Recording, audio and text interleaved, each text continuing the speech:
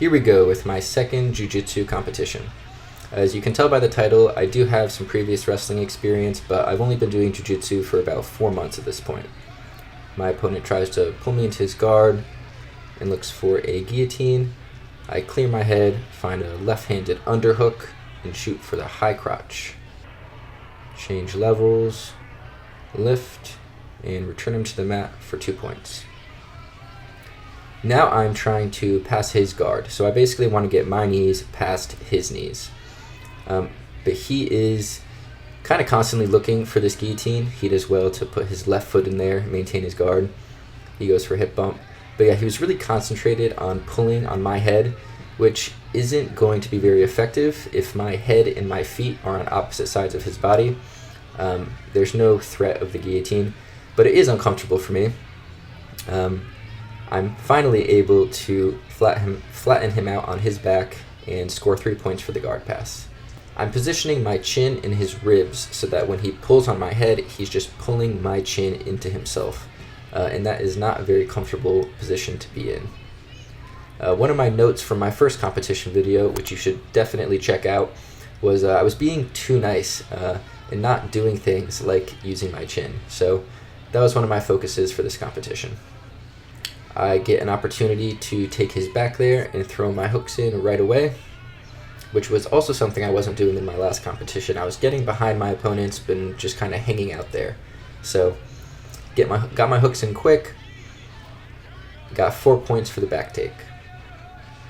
He goes to his back, so we end up in mount, and we're going to get reset in the middle.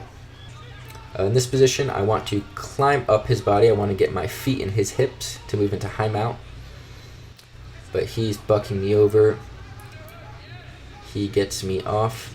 But here I look for a Darce choke. Problem is, my arm is not deep enough. So I want to put my left ear to his back and really shoot my left arm all the way through to get the choke nice and tight. I did not do that, so he's getting his guard back. I am not able to finish that. Wasn't even close. Now I'm trying to free my leg with my other leg, somewhat violently. I look for a back take. He maintains his guard again, and we're back into side control. We're going out of bounds, but I still look to go for mount and go for another really ugly armbar. I say another because in my first competition, my arm bars are pitiful. Okay, I'll just say it. Definitely something I need to work on. That one was particularly ugly. I free my leg from that kind of scramble position, and we get reset back in the middle. There's not too much time left in this match. I kind of just want to finish on top.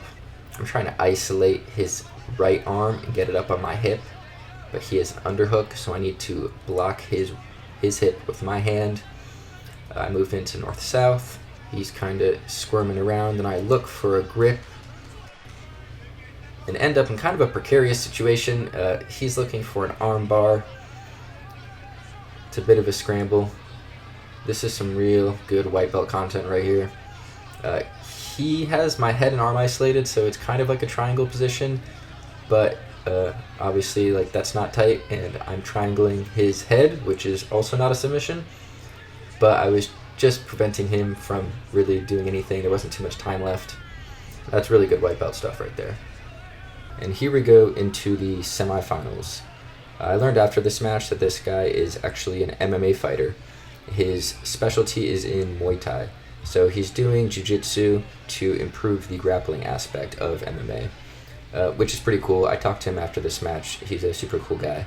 Taking a quick intermission here to remind you to hit that like button and subscribe to the channel for more grade A white belt jiu-jitsu content. But I can feel that I am controlling these tie-ups, so I'm pretty content hanging out on my feet in this match, kind of leaving my leg out there to dry, see if he'll shoot on it. Yeah, just controlling ties, baseball grip, looked for a little snap down there, looking for a collar tie. He's way taller than me, so it felt weird reaching for his head. It felt like I was exposing my legs as I go for a shuck by there, shoot for a double, and finish.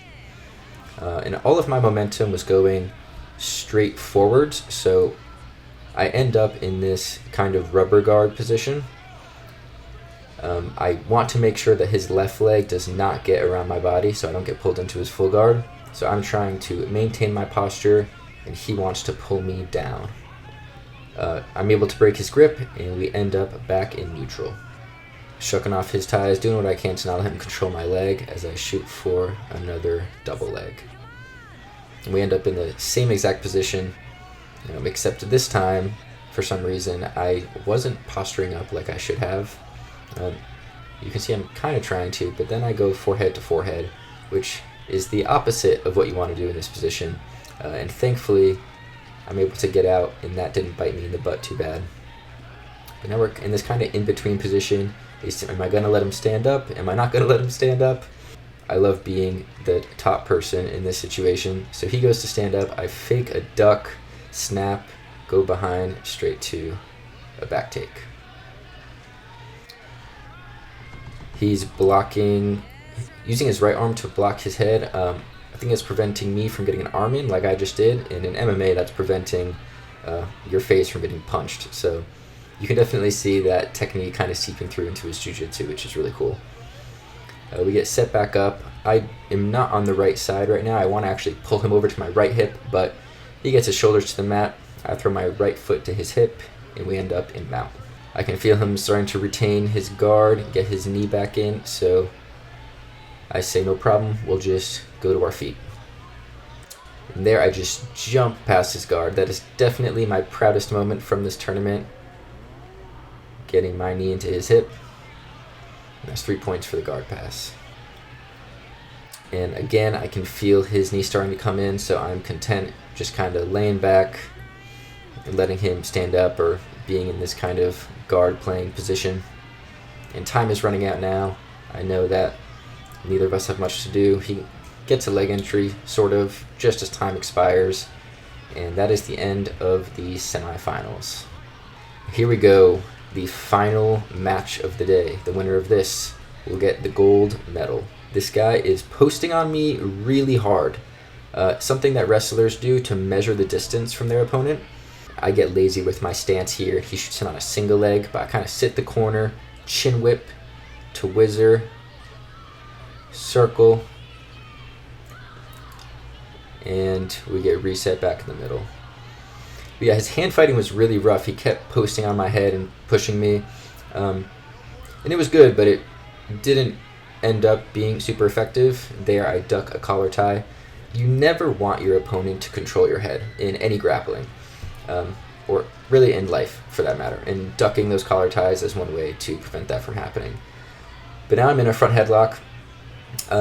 He is in the dominant position here, but I'm really comfortable in this position. I look for a sucker drag, as we call it in wrestling, and I'm looking to get both my hooks in. But he's pulling on my right leg. He's pulling my leg across his body. So he sort of puts himself in this triangle. I'm not going to lie, I was so excited to get into this position. I've actually been drilling reverse triangles. So my coach right here is telling me to get my right knee to the mat. So get to my opposite hip as I am on right now. But I was so excited to be in this position. My ears went deaf. And I was just too concentrated on trying to get the submission. Which, from my last competition, was one of my main goals of improvement. But I lose the grip, and he ends up on top. He's trying to pass my guard. My knee is still in. My coach says, get your right arm through. So I get a right-handed underhook. I get to my belly and then my knees, and we're back in this front headlock. He circles, and we end up back in neutral. So still a 0-0 match. I think we're about halfway through at this point. I check the clock, and I'm thinking to myself, okay, still 0-0. We still have plenty of time. We should probably get something started.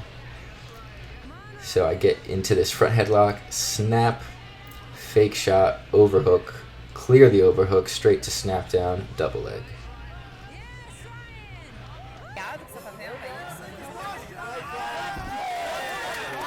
And to my surprise and my coach's surprise, that was not a takedown. So leave it in the comments below if that is a takedown. I will put the Jiu-Jitsu World League rules in the description.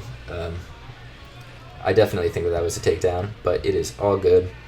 We're on our feet. I know that I can get another takedown if need be. We're getting pretty short on time here. I think there's about 90 seconds left. I check the clock one more time. I know that it's go time. He goes for a shot. I'm pushing into him, so he pushes back and hit the lat drop.